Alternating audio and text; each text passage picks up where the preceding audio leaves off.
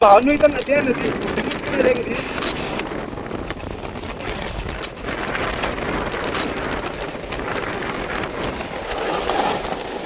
तर जे पौराणिक हे शिवलिंग आहे हिचं पण कथा आहे की याची पौराणिक आत्मा आहे तोपर्यंत बोलतं चालतं खेळतं आत्मा निघून गेली की आपण काय म्हणतोय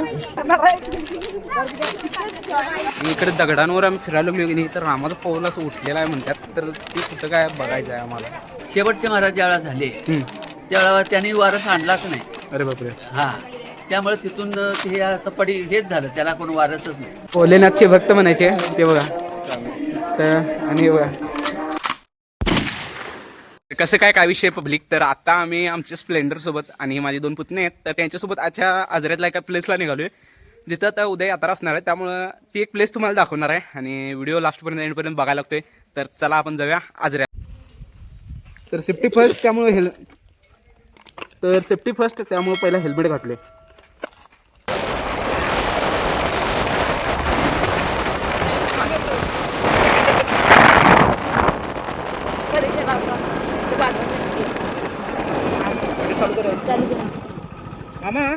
आजऱ्याला रस्ता सरळ हातगोळी फाट्यावर आजरा. आजगोळी फाट्यावर ना आजरा काय होय सरळ अगदी हातगोळी जायचं हां डाव्या साईडला आजरा. बरं बरं.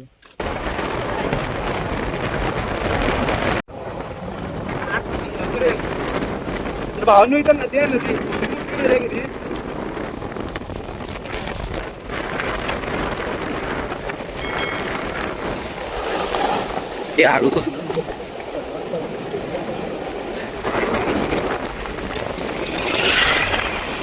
जायचं आम्ही आता नदीत जायचं नदीत.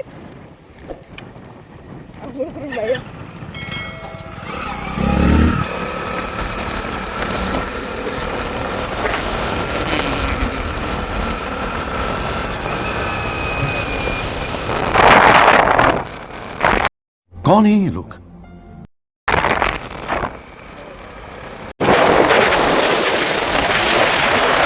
आता आपण आलेलो आहे लवकर जवळच.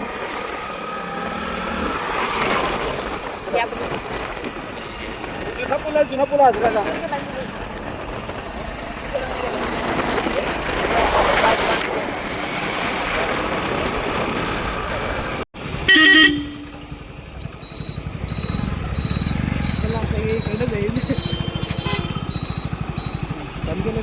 होय ए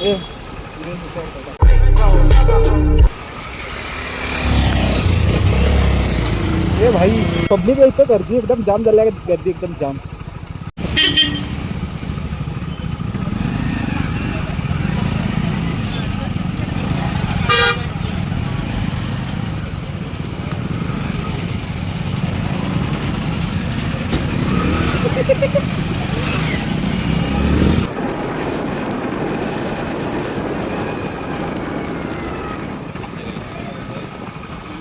पब्लिक आमच्या इकडे जरा वाट जरासं म्हणजे दुरुस्त करत असल्यामुळे की नाही दुसऱ्या वाटेनं आम्ही इथं आलोय आणि एवढा वेळ लागला की नाही याला तरी पण येऊन पोचलोय होती. गाडी इकडे आपली पार्क केल्या आणि इथनं आता जायचं वरती. चला वाटलं नव्हतं एवढी गर्दी होईल पण तरी पण आज गर्दी खूप आहे त्या प्रमाणात. स्टॉल वगैरे त्यांनी भरपूर लागले तिकडे. तर अशा तऱ्हेने येऊन तर पोचलोय परंतु अजून दर्शनाला पुढं किती रांग आहेत ते काय माहीत नाही त्यामुळे ते बघूया. चला आलोय आम्ही महादेव मंदिरात. तर जे पौराणिक हे शिवलिंग आहे हिचं पण कथा आहे की याची पौराणिक जी कथा आहे ती आजरेकरांनी जर व्हिडिओ बघितला असेल तर कमेंट करा. ती पण इथली पौराणिक जी गाथा असेल ती जरा तुम्ही कमेंट करा. मला एवढी फार माहीत नाही आहे त्यामुळे तुम्ही कमेंट करून सांगा. नंदीला शांत करण्यासाठी तेल घालतात. नंदीला शांत करण्यासाठी तेल घालतायत. इथं महादेवाची पिंड आहे. चला आता दर्शन घेऊया. शिवपार्वती मंदिर आहे. शिव आणि पार्वतीचं मंदिर आहे आणि इकडे जी बांधणी बघू शकताय आणि अशी ही बांधणी या मंदिराची आहे आणि इकडे हे मंदिर आहे. तर पहिल्यांदा आपण दर्शन घेऊया मग ब्लॉग कंटिन्यू करूया. तर इकडे कधी शिवलिंगाचं आणि काय तर म्हणजे हे केल्यात तर ते सगळं आपण बघा आलोय. चला बघूया. तर सहस्त्र शिवलिंग दर्शन आहे इथं. अरे बापरे शिवलिंगांचं दर्शन बघा. ब्रह्माकुमारी ईश्वरी विश्वविद्यालय सचित्र प्रदर्शन भरवलं आहे आणि या चित्रामध्ये सांगितलं जातं आहे मी कोण आहे कुठून आलो मला कुठं जायचं.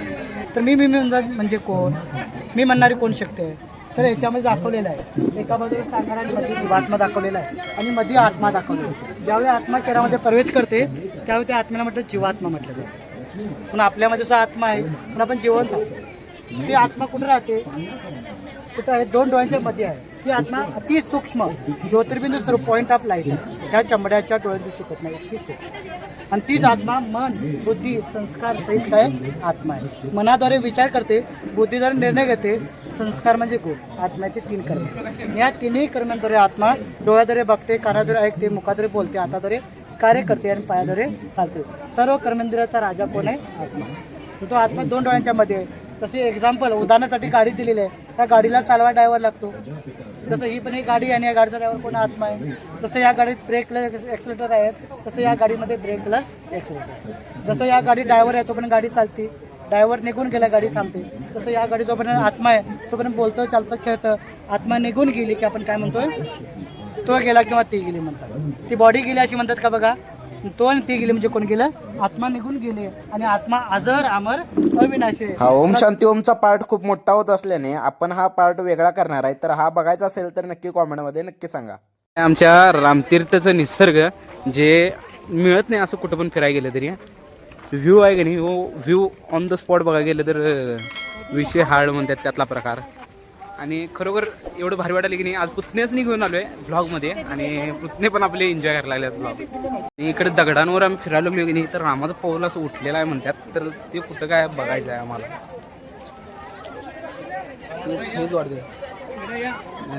ते इथं एक काय तर आहे, बहुतेक दर्शनाला जायचं. हे इकडं रामाचं पाऊल इकडं आहे वाटते.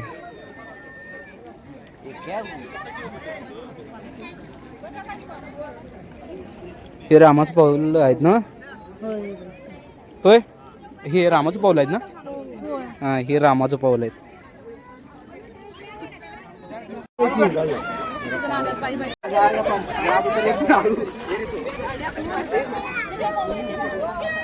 चालू केलायच काय,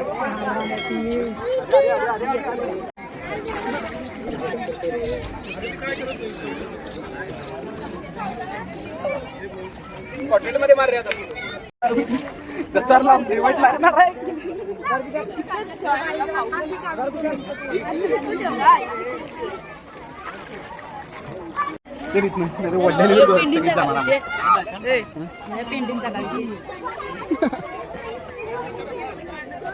तर चला आता पाण्याचं दर्शन झाले म्हणजेच आपल्या नदीचं दर्शन झाले आणि इथनं आता निघालोय आम्ही मुख्य दर्शन घ्यायला. आज शूटला अलाउड आहे का नाही काय माहित नाही, त्यामुळे बाहेरनच घेऊया आपण जरा जादा शूट. हे इकडं पूर्ण पूर येतं त्यावेळेला इथंपर्यंत पाणी असतं हे सगळं इकडे ते. आणि इकडं मंदिर आहे, राम लक्ष्मण सीता हे सगळे इथे येऊन गेल्यात असं इथं कहावत आहे. तर जे म्हटलं होतं की मी एका जागी जाणार आहे ते हेच मंदिर आहे, रामतीर्थ आजऱ्यातील. तर ब्लॉग कसा वाटला ते कमेंट करा. आता एक आपले काका आहेत जे थोडीफार आपल्याला माहिती देतो म्हटलेत. तर पहिल्यांदा विचारून घ्या काकांचं पूर्ण नाव आणि मग नंतरला डिटेल माहितीसाठी आपण येऊया. काका आपलं नाव काय? प्रभाकर विष्णू नेवरेकर आजरा. आणि तुम्ही काय म्हणत होता की माहितीसाठी या मंदिराचं? हा मंदिराची माहिती म्हणजे पूर्वी नाशिकहून एक महाराज आले होते. हा त्यांनी ह्या मठाची स्थापना केली. हा आतापर्यंत 5 महाराज होऊन गेले. अरे बापरे. हा सगळ्यात पहिल्यांदा हा 1295 साली हे पहिला आश्रम सुरू केला. अरे बापरे. हा त्यानंतर आतापर्यंत 5 महाराज झाले. हा शेवटचे महाराज ज्यावेळा झाले त्यावेळेला त्यांनी वारस आणलाच नाही. अरे बापरे. हा त्यामुळे तिथून हे असं हेच झालं, त्याला कोण वारसच नाही. मग ते पडीक झाल्यानंतर आम्ही एक समिती निर्माण केली. 2021 साली हा इथपर्यंत पूर आला होता. अरे बापरे. हा हा हा 2025 आहे तिथं हो. काय पूर आला तेवढं बुडलं होतं. अरे बापरे. सगळी नदी ह्या दारातून त्या दारातून तिकडे बाहेर पडली. ओके. तिथं यायला जवळजवळ 4-5 दिवस काहीच हे नव्हतं. आणि इथं राम लक्ष्मण सीता ही येऊन गेला येऊन गेले. त्यावेळेला त्यांनी जेवल्यानंतर हात धुतला या आपल्या नदीमध्ये धबधब्याच्या. तिथं तर पडणारं पाणी आता ते कमी आहे. हा 2 कलर मध्ये दिसतंय. अरे बापरे. हा एक पांढरा कलर असतो आणि एक असा लोणचं हात धुतले की असा जरा तांबूस असा कलर हा हा हा आहे. ते 2 कलर आहेत. धन्यवाद काका. इकडं मूर्ती वगैरे आहे महाराजांची आणि तिकडं आपले राम लक्ष्मण सीता आहेत, हनुमान पण आहेत तिथं जोडीला. आपल्याला परमिशन मिळाली त्यामुळं आम्ही इथं व्हिडिओ घेऊ शकलोय. तर पूर्ण आता व्हिडिओ तुम्हाला कसा वाटला ते पण कमेंट करा. इकडं आमची पण लहानपणीची आठवण आहे. मी पण ज्यावेळेला येत होतो त्यावेळेपासून ही शंकराची मूर्ती मला जवळून स्पर्श करायची होती, ते आजपर्यंत मिळाली नाही. पण खरोखर ही मूर्ती बघितल्यावर भारी वाटते. आणि इकडे पण एक मंदिर आहे वरती, इकडे थोडी जागा आहे खेळण्यासाठी वगैरे. तर चला वरती जाऊन या थोडंसं बघून. हे वरती जे झाड आहे त्या झाडाच्या इथं बरोबर हनुमानाचं मंदिर आहे आणि श्री दत्त मंदिर सुद्धा आहे रामतीर्थ इथे. तर इकडं ही गुफा आहे आणि गुफेच्या आत दत्त महाराजांचं मंदिर आहे आणि समोर इथं पिंड आहे, जे पिंड खूप वर्षापासून इथं आहे आणि एवढा अंधार आहे तरी पण इकडे दर्शन आपल्याला झालेलं आहे. जसं आपल्याला नरसोबावाडीत दर्शन होतंय तसं दर्शन इकडं आपल्याला दत्त महाराजांचं झालं आहे. आणि इकडे महाराजांची मूर्ती आहे, म्हणजे महाराजांचा फोटो आहे आणि समोरच महादेवाची जी पिंड असते ती सगळ्या देवांसमोर असते, जसं शंकरासमोर असते तशीच इथे सुद्धा आहे. तर हे आपल्याला दर्शन महत्वाचं इथं होतं आहे. आणि जर तुम्ही पण इकडे कोकणात वगैरे येत असाल आंबोली भागात तर रामतीर्थला नक्की येऊन जावा आणि ही पिंड एकदा नक्की पहा. तिथं पण मध्ये तिथं पण इथं वाजत मला तयारी करतो. तिथं वाजा